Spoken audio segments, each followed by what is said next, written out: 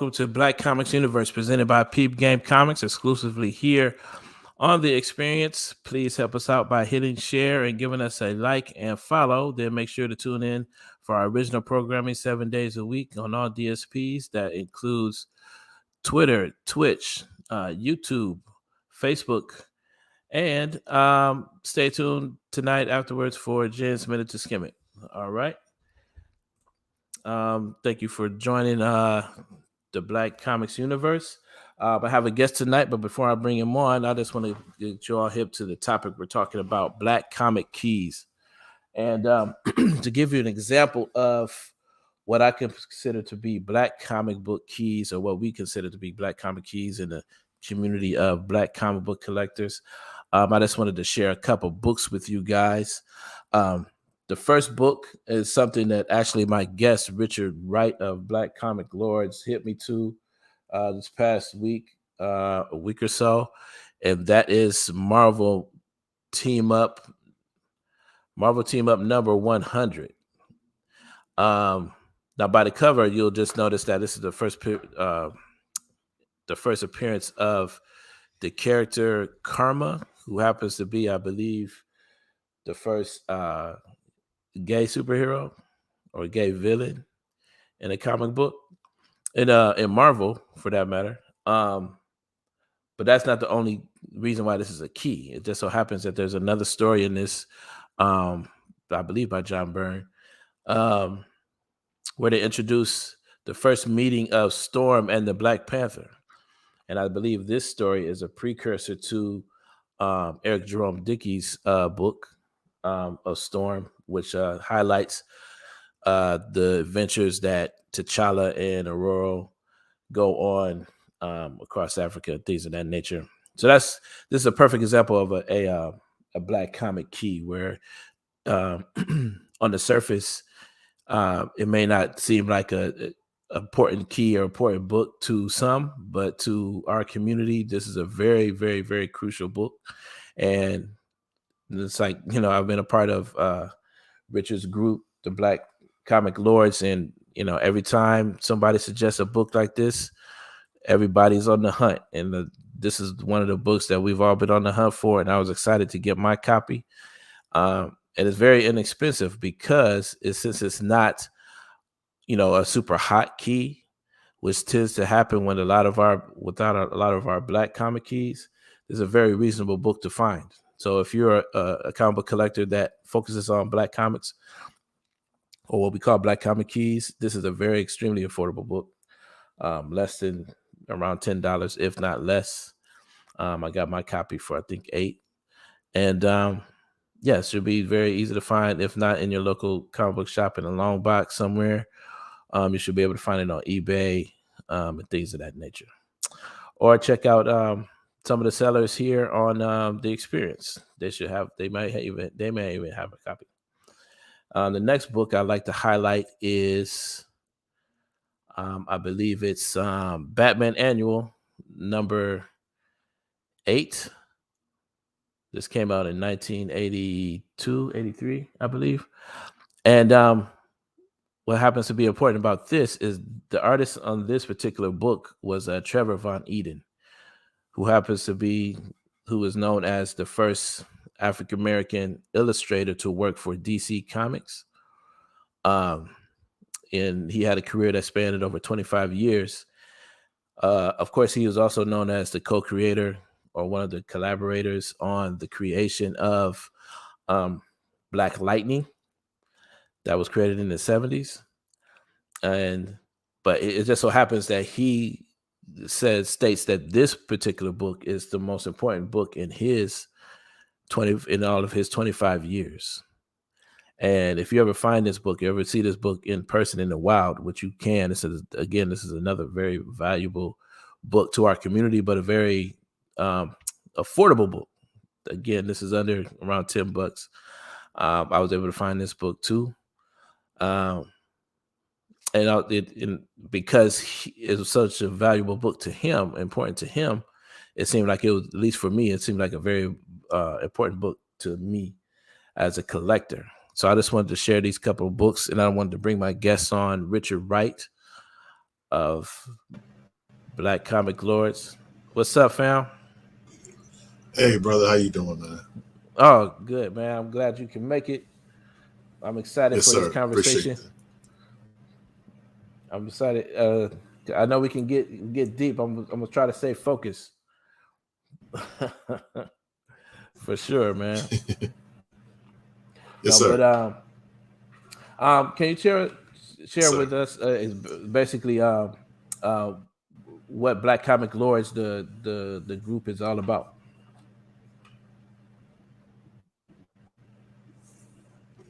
Okay. Black Comic Lords is a collective of collectors who have gathered around the importance of Black comic books, Black characters, Black creators.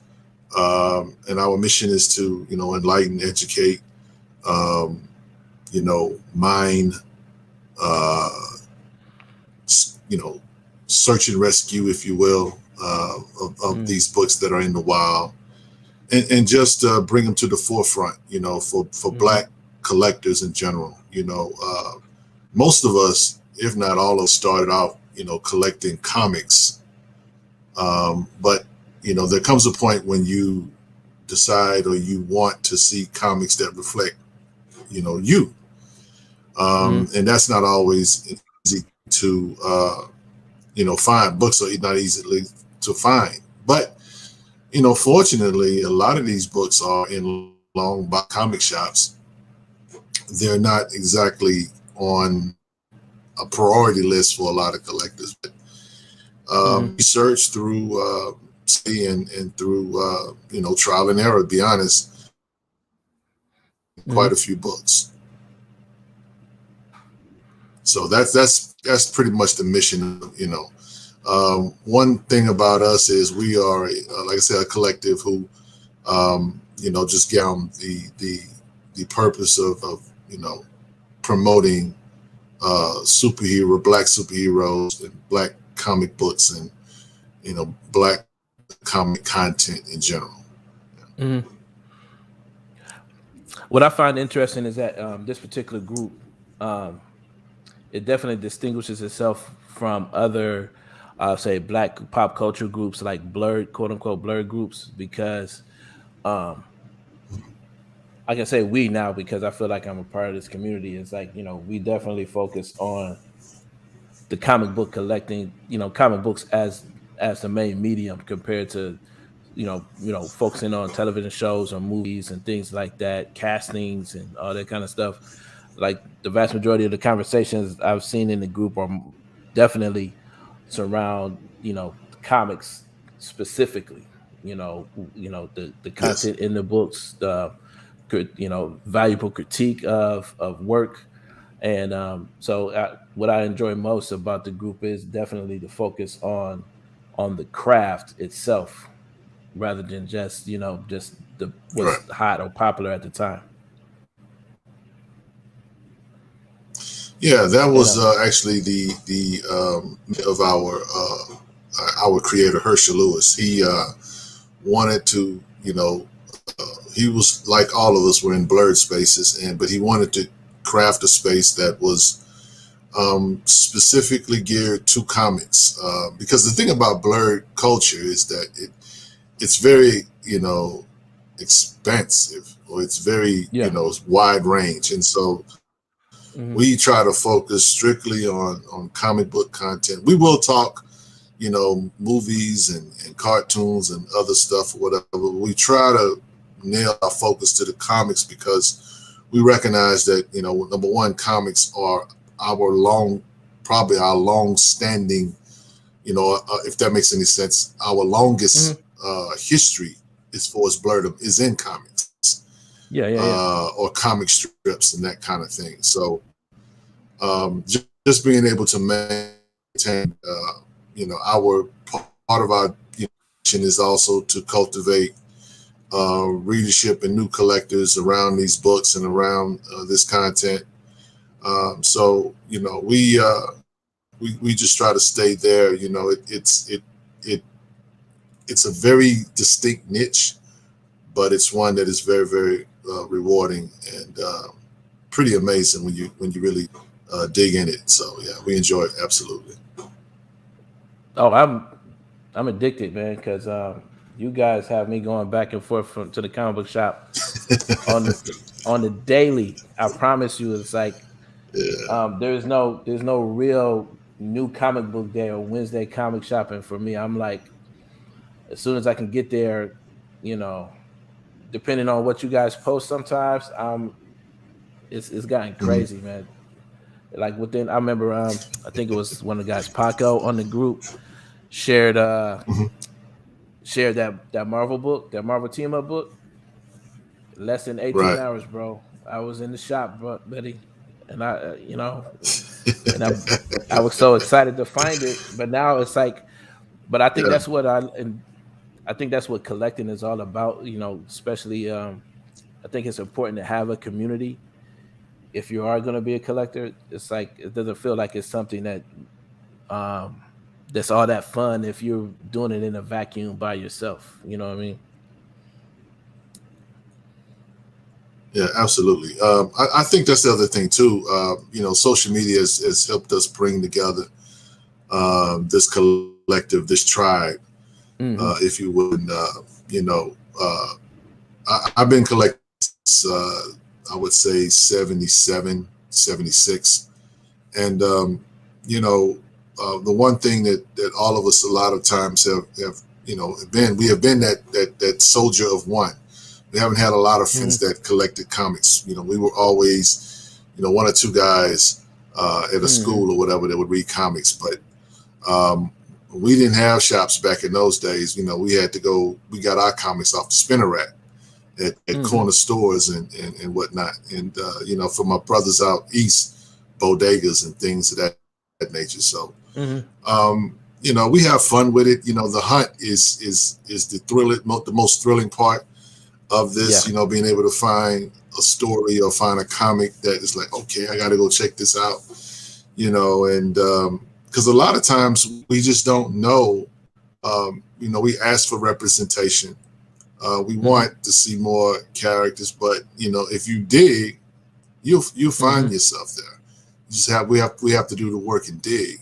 So part of our Yeah. job is to inform and then let people know, hey, look, these are dope stories out here. Whether you're talking about, I Yeah. know you talked in the intro, you talked about that Marvel and that Fantastic Four book. I wanted to just make a correction on that. Actually, that Yeah. Go was ahead. me and Paul did a show, but that's Yeah. Yeah. actually Yeah. Paul's discovery. And Okay. it's funny too because I have a couple copies of that, and I found that book for $1 just recently Right. in, Yep. in a long box, and so that's the cool Hmm. part about this. Being able to find that Hmm. kind of gold in a long box. No one cares about it. No one's thinking that this is an Exactly. important book or whatever. But if you're not connected to the story of Storm and T'Challa, then you would pass it up for sure. Right. And if you're not connected to a community that's sort of like Mm. where that story, specifically is important to them, you wouldn't know either. It's been very interesting for me because I just started Absolutely. collecting in earnest like this past year. Like I've been a comic book fan, like practically my whole life, Okay. and like started in the '90s and stuff like that, reading comics.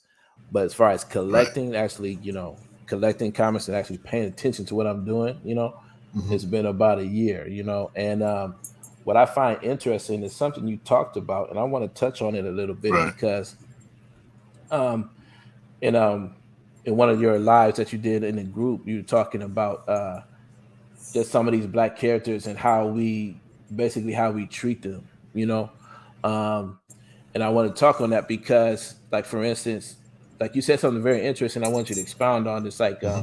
sometimes we approach some of these characters with shame, and specifically, it was a lot of the characters Hmm. that came out of the '70s, right? Because you guys share a list in the group of the vast majority of the black comic book characters that we know of came out of the '70s, and it's Right. interesting for me. It's when I was introduced to comics, it was me. I was in the '90s.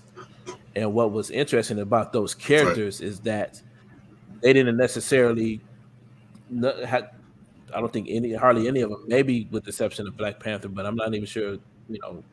If it wasn't for Christopher Priest, Black Panther will be on that list too of those characters that basically I wasn't necessarily fond of, and I wasn't necessarily attached to, Right. and I would agree I was avoiding those characters. I wasn't trying to buy books featuring those characters and anything like that. We're talking about Luke Cage, Black Lightning, Black Goliath, even all those characters that came out of the 70s, and I think in doing so, Right. I missed out on some certain things, aspects, such as learning about somebody like Trevor Von Eden that I mentioned earlier, or Billy Graham, who drew for Black Panther 2. It's like I didn't know about these artists, and Right. so I wanted you to possibly speak on man, that idea. It's one of those things. Go ahead. I'm sorry. No, go ahead. I just wanted you to speak on that, and about those characters that that came out of the 70s and about that era for okay. in terms of Black comics too. Right. Okay. Well, to be perfectly honest with you, you could talk about the characters in the 70s. You can go back further than that. There are comics like that, Jungle Comics, where it's like comics #1, I think, is the first appearance of a character named Waku. And some of the characters that, the images that were created were not the most flattering. And the question becomes, well, what was the purpose of them creating these characters the way that they did? Some of it was the times. There's the guy Eisner who has an award named after him. Was guilty of drawing stereotypical characters or whatever. And to his point, it was like, well, that was just the comics have been around since 1900s, and so a lot of the stuff that they wrote or they drew put us in a very negative light. One of the things that one of the propaganda weapons that white supremacy uses is ink and paper, and so images are very, very important. And so when you go back into that far and you look at what they passed off as our representation, very, very degrading or whatever, it was an image less. Back in 1942, I want to All Negro Comics was created, and it was created by some black creatives, and it stands as the Grail of Grails as far as black books goes. And there is a guy in our community that has that book, and it's a very, very cherished book. However, it's not revered, on a commercial level. But was a book dated, and it was a book with the intention of giving positive black representation, which it was. Only one issue of that book, and it's because the powers that be would not sell the creative paper. Stop that movement cold. You can go a little bit further and you think about Lobo. It only lasted 2 issues, and the thought was, we're not, white people we're not buying this. 1, it was a black cowboy on the cover. 2, it was a positive image, and they did not want to promote it. And so you fast forward to like the 70s, and you get characters like Luke Cage, and you get characters like Black Lightning and others, and you see this image. In the 70s was the era of black exploitation. So you had, that's when you had your movies like Superfly, you had your movies like Uptown Saturday Night. You had all kind of quote unquote stereotypical jive type movies, and this was just the times.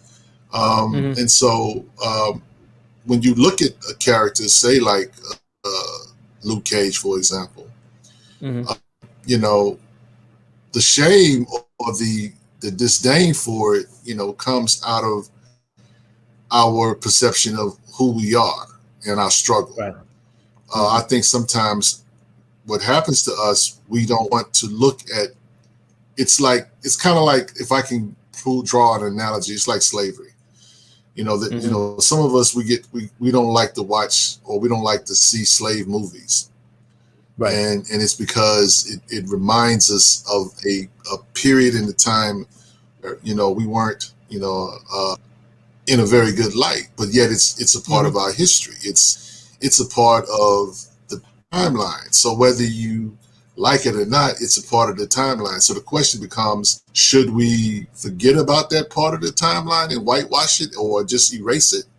Or should we embrace it, own it, and then make it our own? And I think that's what we've done. We've decided to make it our own. Jefferson Pierce, Black Lightning, being, you know, was a school teacher, you know, but he had a wig for a mask that had a wig attached to it. Not a very good, flattering image, nonetheless. But it was an image for me is in '77, as a 9-year-old boy, that caught my eye, and that became my guy. You know, because of Isabella's writing. I became a Black Lightning fan because of Trevor Von Eden's art.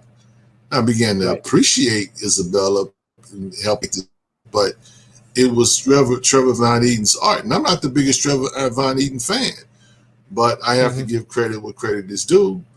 And, you know, this was a 16-year-old Black kid who was trying to break into the industry. And this happened to be a character that he helped create. And so, you know, these images or whatever, this is nothing new. There have been guys who collect the milestone stuff. You know, Icon and Rocket, or the comic book Icon, dealt with a teenage woman, Raquel, who is Rocket, aka Rocket, who was a teenage mother, got pregnant. Some guys looked at that as being shameful, or that it was a ghetto comic. Then what is this, you know? And that just goes to show you, though, that nothing's new under the sun, and that even in those images, you know, everybody finds something disturbing or challenging, you know, for them. I think that we, you know, you become empowered when you own what's before you. It's kind of like if I could draw another analogy, like the N-word, for example, a very poisonous word. But if you know, you could take poison and create an antidote. You can create a vaccine. You could use it, but it just depends on how you go about it. You know what I'm saying? So you don't like it.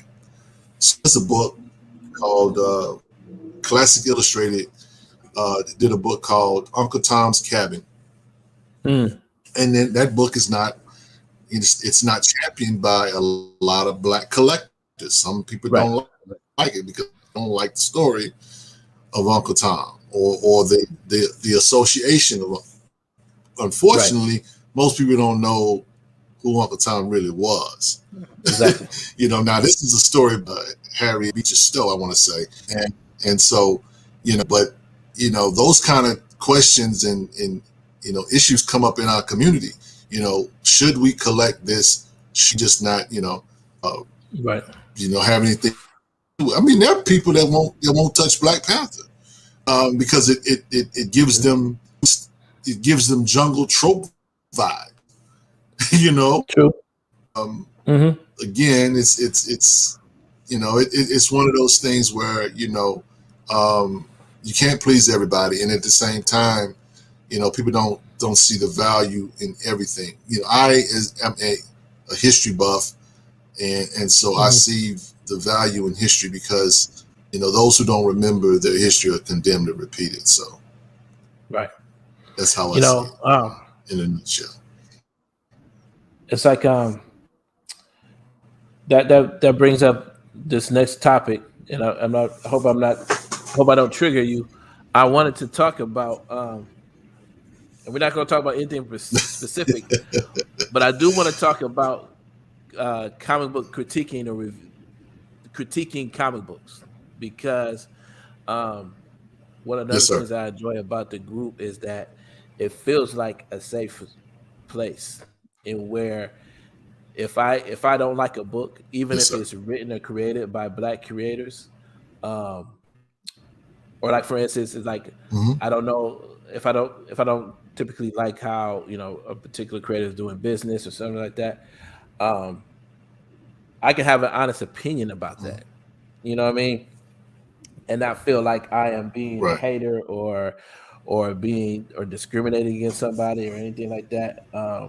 Like the whole self hate debate and all this kind of stuff. It's like no, Mhm. if this book is not working in a particular way Right. or they could do something better, I like the fact that I can at least say something to that effect in this group. And I wanted you to speak on like just the idea. How do Absolutely. you handle um, just critique in general? It's like um, and how should we should we handle critique or reviews of comics in the future of our work? Like how do you navigate that? I think that, one of the things that you have to do is if you're going to critique a book, critique the book. Don't necessarily critique the artist. I think sometimes what happens is an artist can do a certain work and it's not viewed positively, or they can do something else. You know what I'm saying?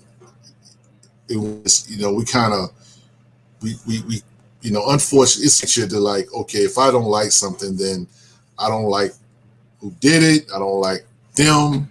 And that's not the way to go. I think that, Right. ultimately, what we have to do is we have to demand excellence Mhm. from our creators. We have to demand that they give us a product that is worth me spending out or you spending earn money for. Mhm. I made a statement in our last live. I think me and Paul were talking. I was like, we don't give out participation awards. I'm glad you're here, Right. but you're not gonna get an award for that. You know what I'm Right. saying? So Mhm. it's one of my challenges to Black independent creators is to create original content. Mhm. Give me your version of Nighthawk. I need you to create your own superhero. I need you to go inside of your mind. I need you to draw something into out of your heart that will or tell a story from your perspective. If I want Mhm. Nighthawk, I'll go buy Marvel's Nighthawk. I won't buy your book. You know what I'm saying? Right. So I don't look at it as being, critical in that regard. I see myself as an advocate because I know Yeah. that if you're going to be around or whatever, only original content, the cream rises to the top. So when it Mhm. comes to critical of artists or whatever, my thing is, not to take it personal and to not Mhm. be, vicious in my analysis. However, if something I feel like could be better, I'm going to say it could be better. But I'm not going to just Right. say that. I'm also going to give you what I think is the reason why this is what you could do. Mhm. Good often is giving a reader what they want, but just not how they Mhm. want it.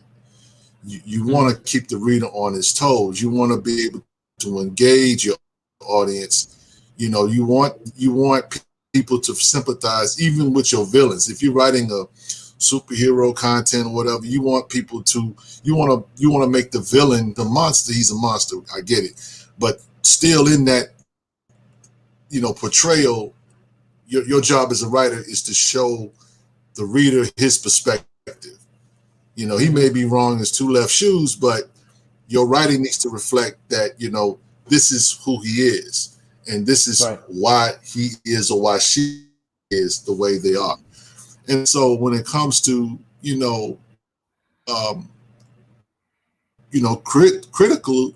Sometimes I think a lot of artists, they rely too heavily on art, and they could do a dope presentation in terms of what the art looks like, but their story falls flat because they don't take the time to craft story, in a way to where you and I can like be enthused. A couple of pages grab people, Yeah.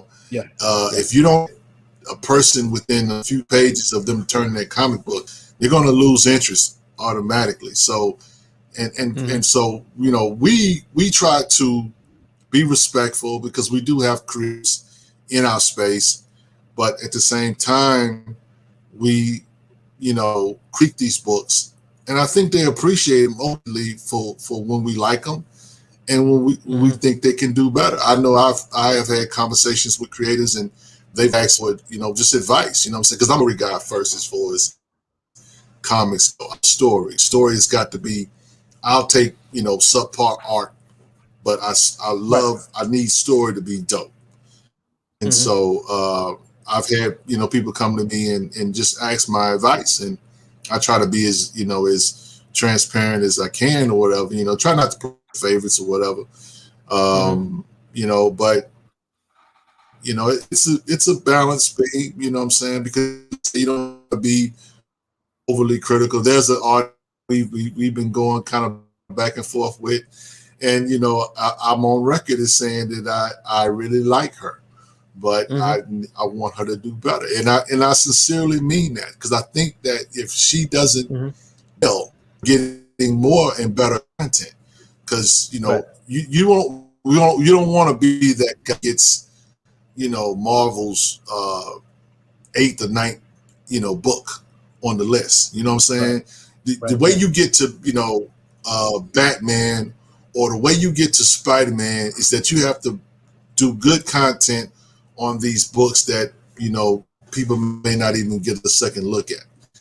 Right. You have to start. It's like we want to support our Black creators, but at the same time, I can't let them off the hook. I want them to give us dope content, because at the end of the day, people, not just Black people enjoy this hobby, and I want some of them to get into those offices like a Christopher Priest, or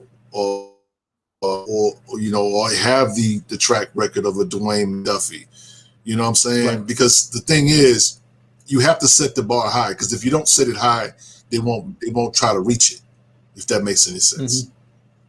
No, it makes all the sense in the world. And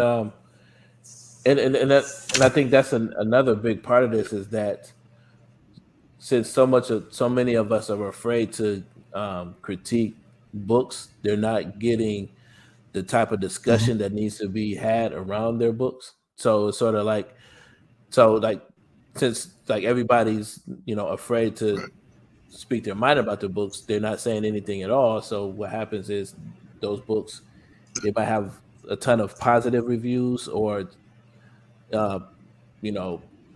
lukewarm reviews, but then it gets falls off on the wayside, because no one's willing to have a real critical analysis of that book or that story, and to help them carry it on. It's like you have to be objective for sure. Sure. I've personally been really critical. Go ahead and say what you can say. I've been really critical of Milestone a lot of times, and sometimes I'm afraid that my critique of Milestone is basically I'm probably keeping myself from being able to get an interview with any of those cats. But that might be part of the course. If it's but I think those conversations are important, because the vast majority of my collection is Milestone. You know what I mean? It's not like I'm not making an investment. I'm buying the books. So I'm like, I'm a part of this, but sometimes. Right. But as far as me getting invited to that cookout, I'm probably not going to be. But not too soon. You know what? I'll be perfectly honest with you. I'll probably be right there with you. I won't probably get that invitation either. I know that. I know that when it comes to Milestone, you know, I'm like you, I'm an old head from back in the day. And so I remember the magic that these guys created, how organic it was, how fresh it was, how different it was. People talked a lot of trash about their art, but I just give them props for their own, having their own style. They came in a certain way, and people out the gate, they had to respect doing. So we get this new iteration of these characters, and you know, I know for me, I've said it. I'm not just feeling it. I don't know. They got a book out there called Static, and the guy's named Virgil Hawkins, but I really don't know who that dude is. You know, they call him Virgil. You know what it is? I'm just saying. It's one of them things, and this is where like this critical analysis of this book come from, right? It's like when you know, okay, the strategy that they had when they introduced Static originally in the 90s. You know what I mean? This was supposed to be Milestone's Spider-Man. So it's like they used it, they had a template, you know, for the character and how the character should work. And I'm not saying that they have to stick to that. You know, no one's saying like you just have to be a certain way, but at least acknowledge where you're coming from and what made the character work, you know. And that might be why, you know, there might be some hiccups in the storyline here and there, because and at the same time I can admit that obviously they're trying to reach a whole new audience with this book. And this might be just the fact that I've aged out of this book. I don't know. They tried, you know, maybe it's like it is with a lot of music. It's not for me. So I don't know. This might be one of those books, but at the same time, I have to give them credit in the sense that it seems like they're listening, and it seems like they're pivoting pretty fast on certain things. So I have to give them credit for that too. Now, absolutely, something I do think that when it comes to them, I think they realize that. Go ahead. No, keep going. I'm sorry. No, keep going. I was saying that it comes to when it comes to them, I think that you know, they recognize that Milestone has a following. I think that's the other thing too. It's like you have to, even if you want to go in these new directions or whatever, you got to feed the, you know what I'm saying? People don't even realize that Milestone sold over 10 million comic books in their heyday. And so it's like, you know, you got a fan base that's been, you know, hungering for this book for 3 decades. So, you know, you got to do it right. And while I know they want to bring in different readers and, you know, that kind of thing, I get it. I really do. But you got to know that you're going to get some heat when you do that. You know what I'm saying? I was one of those guys, you know, I was unapologetic, you know, who is this dude? You know, I'm like, he got grip. He got, you know, what did they do with Virgil? I don't know who this dude is. So, you know, I mean, look, see, that's the other thing too. I'm gonna tell you, I'm you know, take us off the conversation, but in regards to this, I missed the Miles Morales boat. I missed the Miles Morales boat because of this. Because when I see Miles, I see Static. Yes. And all I said, I told everybody, I said, that ain't nothing but Static. That's Static. That's Miles. Who? So, you know, I mean, when Ultimate Fallout 4 came out, I was like, whatever. Y'all go ahead. Wow. I wish I had done more. But initially, I was, that's okay. You know what I'm saying? Because again, I was a Milestone fan. I was a Static guy. Yeah, yep. Marvel, y'all jacking, you know, DC on this. So, you know, and Spider-Man is now his own character, and I respect the character. That's the square that I stood on when it came to him. It's like, we don't need this. We already had this. They need to reboot and keep the story of Static going. That's how I felt, Right. you know what I'm saying? So, but it is what it is. We live, we learn, you know what I'm saying? And maybe I am to get off my lawn sometime, I can't help it. No, I think it's important though. It's important to understand that point. Yeah. Is because it's the fact that, Right. my kids to this day might not even, they love Miles. They don't have any idea who Static is to a degree. My kids. It's like that's how it goes. But also it brings up another part of the conversation as far as being a Black comic book collector. As we're looking to support Black creators, Black characters, Black publishers, even. How do we define, in that sense, how do you define Black? Because at the same time, like for instance, for me, right, I was with you to a degree. I wasn't necessarily completely sold on Miles Morales, if for no other reason than the fact that it wasn't created by a Black person, right? And so, even though it was hot, it's a popular character, it was doing like all these positive things. It's like I wasn't. I think it was important to me as a comic book fan that the people behind this character were Black at the time, and and I find it very interesting that now it's a formula, especially when it comes to Bendis. He has this thing where if he creates a Black character, that Black character becomes hot, and now it's sort of like, now it's almost like it's a given that Black collectors have to sort of like, okay, we got to invest in this character now. It's like every single one of the characters that Bendis has made, Naomi, Riri Williams, Miles Morales. It's like all of them, the value of their books, their first appearances, all very well into reaching $1,000 or more. And so how do we define Black in that sense in terms of the books and characters that we create in support? Gotcha. Well, let me deal with Bendis first. Bendis, if you let him tell it, said that he created these characters because Bendis has, Black daughters.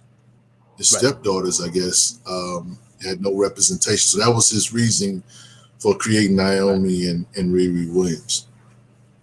So in that regard, I can see, him doing that. Now, let's keep it 100 when it comes to the creation of Black characters, Marvel and DC level.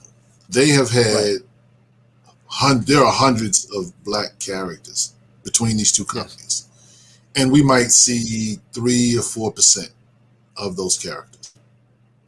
But the question becomes, how do we decide what we support when it comes to these two?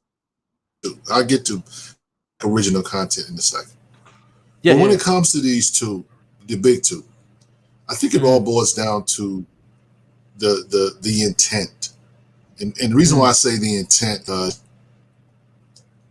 a story guy, regardless of what's presented to us, whether it's an Asgardian god or whether it's an alien or whether it's a roach, it's all based on the human experience. That's the first thing. So if a Black character has a story that is directly connects him to a cultural thing, then I think that we can support that character. There's a character on DC named Jet, a Jamaican female. Now I think Jet is quote unquote dead now, but there are a few Caribbean characters, but not many. But she comes to mind as one, and so ethnically, with her being Jamaican, she deserves to get a look, if nothing else, than that, somebody that a Jamaican kid or being or whatever is looking for, representation can look to that character. So ultimately, if you can identify with the character in some, shape or form, then I think it's okay. When it comes to Black collectors who we should support, a few Black books out here that are, I think Excellence is a dope title. I think Philadelphia is a dope title. But there are others. I'm not gonna say why I think it's not so. They have content that I can quote unquote identify with. You know what I'm saying? Yeah, if they interject things like race into their story or the conversation, then naturally I can identify that as a Black man or whatever. And that's fine. I think that we're not a monolithic as well. A character like, say, Icon, whose original iteration was a conservative, but most Black people, this is going to be unpopular, but most Black people are conservative. They ain't going to tell you that, but they have conservative values. You know what I'm saying? The Democrats just got a better PR machine. But by and large, a lot of Black people are very conservative, and so a character like that you cannot discount or miss, even though as a Republican he may be considered a Oreo or Uncle Tom or whatever.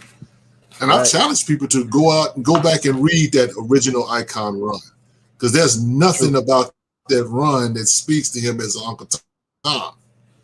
Anybody that wants you to get side and go handle your business, and that's called accountability. So, it's also how we see things and how we perceive things, in terms of, our perspective, you know what I'm saying? So, but, and that was the funny thing, because a lot of people understand what Dwayne McDuffie was getting at with that character. Another character that is not original character, I'll give you one, Deathlock. Now, Deathlock, the original Deathlock is a white guy. Right. But the Deathlock run that Dwayne McDuffie did was a man that was in a killing machine, but he was a pacifist.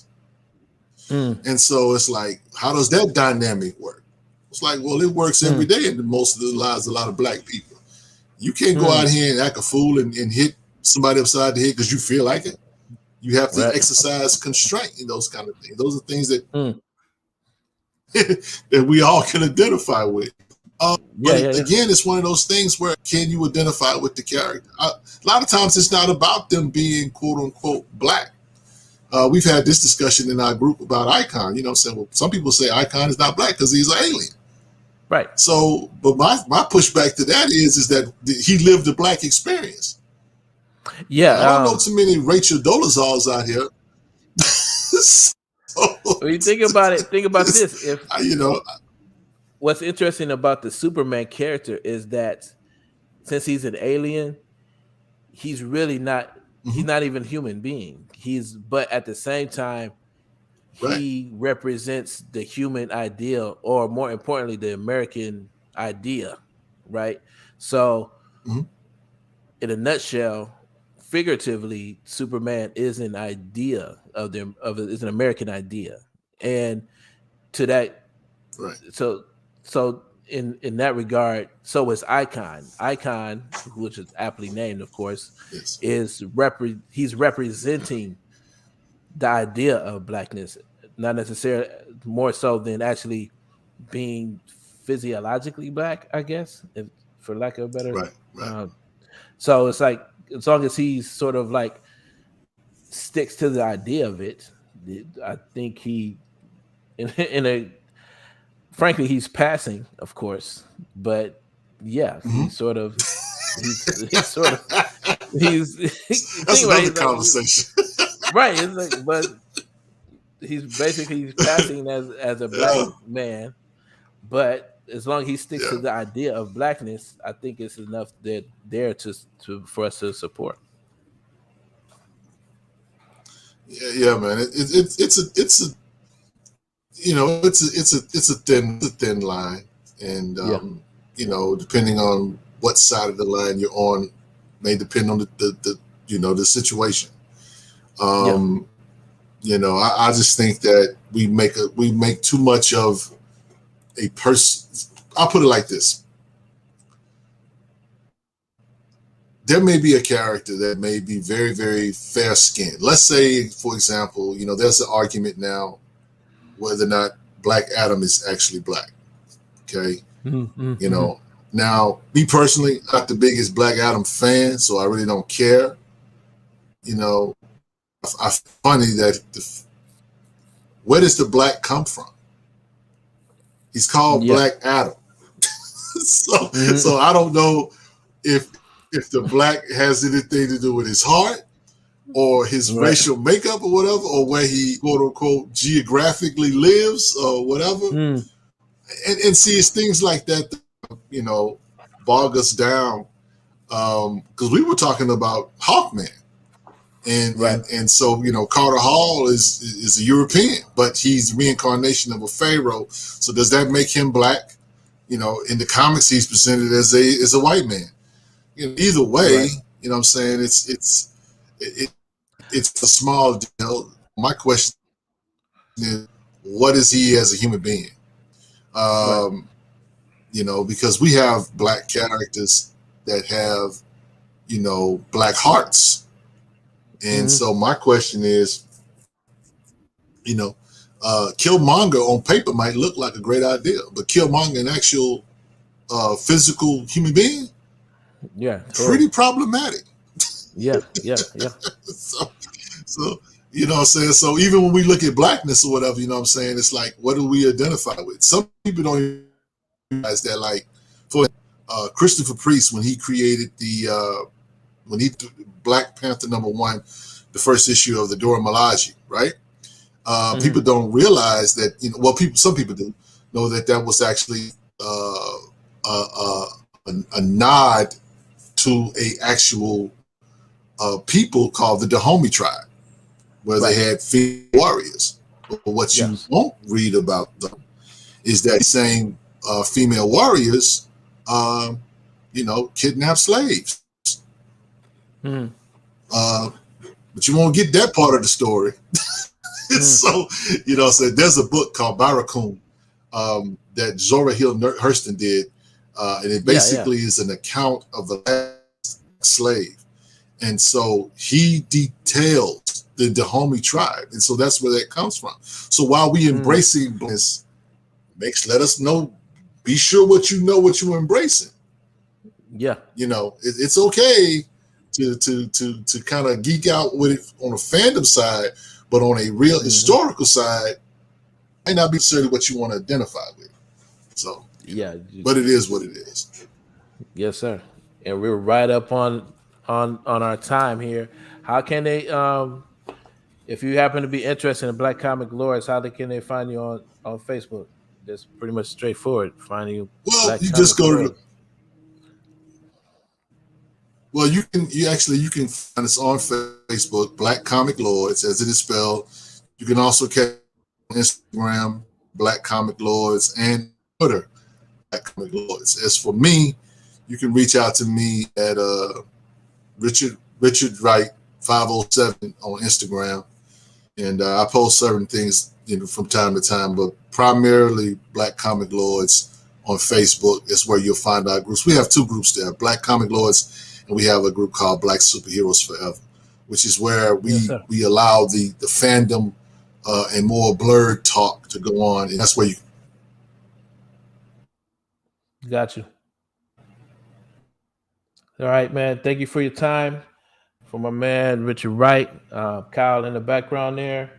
I'm Imani Lateef. You can find me at Black Comics Universe and blackcomicsuniverse.com. Thank you and good night.